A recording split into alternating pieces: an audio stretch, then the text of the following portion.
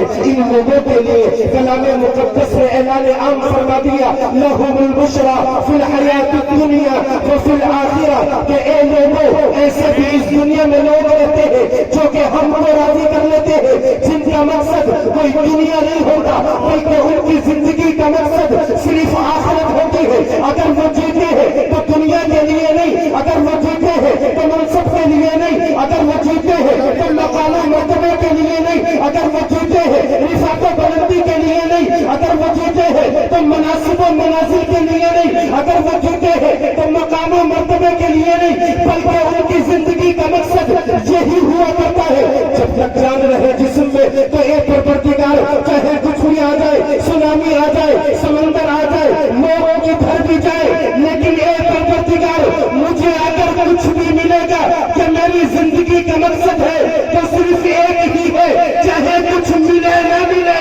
لیکن مجھ سے میرا پروردگار راضی ہو جائے اور جب خدا تعالیٰ اپنے بندے سے اس دنیا میں راضی ہو جاتا ہے تو قسم خدا کی پوری دنیا کے لوگوں کو اپنے اس بندے سے راضی کرتا ہے نعرہ تکبیر نعرہ رسالت عرس شیخ الشامیہ فیضان اولیاء اکرام نعرہ تکبیر نعرہ رسالت سبحان اللہ آپ قربان جاؤ اور میں اور آپ کیا پہچانے ان کی شان و عظمت کو مسلمانوں پیغام دینا چاہتا ہوں اب سنو آپ کو آج ضرورت ہے آپ کو قسم خدا کی اسلام کی طرف لوٹنے کی آج ضرورت ہے آپ کو اسلام کے پرچم کو عام کرنے کی آج پوری دنیا کی طاقت پوری دنیا کی شہرت پوری دنیا کا پیسہ دھن دولت آپ کی مخالفت میں لگا ہوا ہے آپ کو مٹانے میں لگا ہوا ہے آپ کو شرمسار کرنے میں لگا ہوا ہے لیکن یہ بات یاد رکھو چاہے پوری دنیا مٹ جائے جب تک اس دنیا کا وجود رہے گا تو اللہ رب العزت کا نام باقی رہے گا سبحان اللہ کیا ہے میں نے تو اس فرعون کو بھی دیکھا ہے ماتھے کی نگاہوں سے دیکھا ہے جس کو آپ بارہا جس کے بارے میں سنتے ہو جی جی جی سبحان میں نے اس کی ڈیڈ باڈی کو دیکھا ہے اپنے ماتھے کی نگاہوں سے اسی ناہنجار نے اس کے پاس پاور تھی طاقت تھی وہ پوری دنیا پر حکومت کرتا تھا لیکن آج اس کا کوئی نام نہیں جی جی نہیں کوئی پرسان حال ہے جی جی کوئی دنیا میں اس کی خیر و خبر لینے والا ہے لیکن دیکھو اللہ رب العزت نے کلام مقدس میں ارشاد فرمایا ہے اس کے جسم کو خطاب کرتے ہوئے فَالْيَوْمَ نُنَجِّيكَ بِبَدَنِكَ لِتَكُونَ لِمَنْ خَلْفَكَ آیَةً تو پروردگار ارشاد فرماتا ہے کہ اے فرعون اے ناہنجار میں تیرے جسم کو یوں ہی سلامت رکھوں گا میں نے عرض کیا اے پروردگار اس گناہگار کے جسم کو سلامت رکھنے کی کیا ضرورت ہے اس جسم کو کس ضرورت کے بنا پر دنیا میں رہتی دنیا تک باقی رکھا جائے گا تو پروردگار نے ارشاد فرمایا لِتَكُونَ لِمَنْ خَلْفَكَ آیَةً کہ جب تک دنیا میں لوگ آئے تو وہ اس سے عبرت حاصل کرتے رہے کہ یہی وہ انسان ہے جس نے اللہ رب العزت کی بارگاہ میں گناہ اللہ اکبر اللہ اکبر لیکن آپ دیکھو اس کا کوئی نام نہیں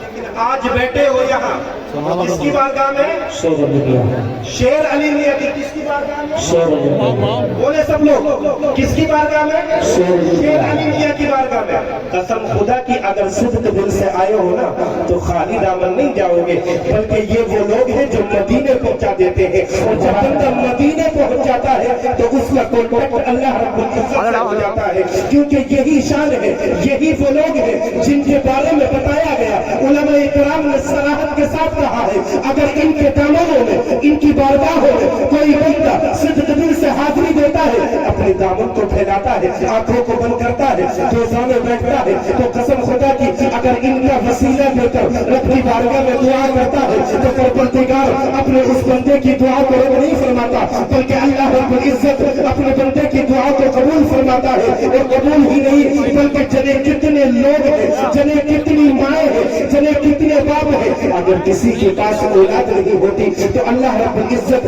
اپنے ان نیک بندوں کے وسیلے سے اولاد عطا دیتا ہے. اگر کوئی پریشان حال ہے اس کی پریشانی کو پروردگار دور فرما دیتا ہے. اگر کوئی قرضدار ہے اس سے قرض سے نجات عطا فرما دیتا ہے. اور اتنا ہی نہیں بلکہ ان کا یہ مقام و مرتبہ ہے جن کو پروردگار نے کہا ہے یہی وہ لوگ ہیں الا ان اولیاء اللہ لا خوف علیہم ولا هم يحزنون کہ دنیا میں ہر کسی کو غم ہو سکتا ہے, ہر کسی کو خوف ہو سکتا ہے, ہر کسی کو پریشانی ہو سکتی ہے, لیکن یہاں دنیا کے خوف کی بات نہیں, دنیا کے ڈر کی بات نہیں, دنیا کی پریشانی کی بات نہیں, بلکہ یہ وہ لوگ ہیں جن کو آخرت میں بھی غم نہیں ہوگا. اور قسم خدا کی ان عرص میں آنے والے لوگوں یہ سن کر جاؤ کہ اگر صدق دل سے آئے ہو, سچے دل سے یہاں بیٹھے ہو, تو کل بروز محشر یہی لوگ اولیاء کرام پروردگار کی بارگاہ میں کہیں گے کہ اے پروردگار یہ تو وہ غلام لوگ ہیں جنہوں نے دنیا پر ہم سے محبت کی تھی. تو پروردگار ارشاد فرمائے گا کہ تمہاری محبت کی بنا پر میں اپنے ان غلاموں کو جنت.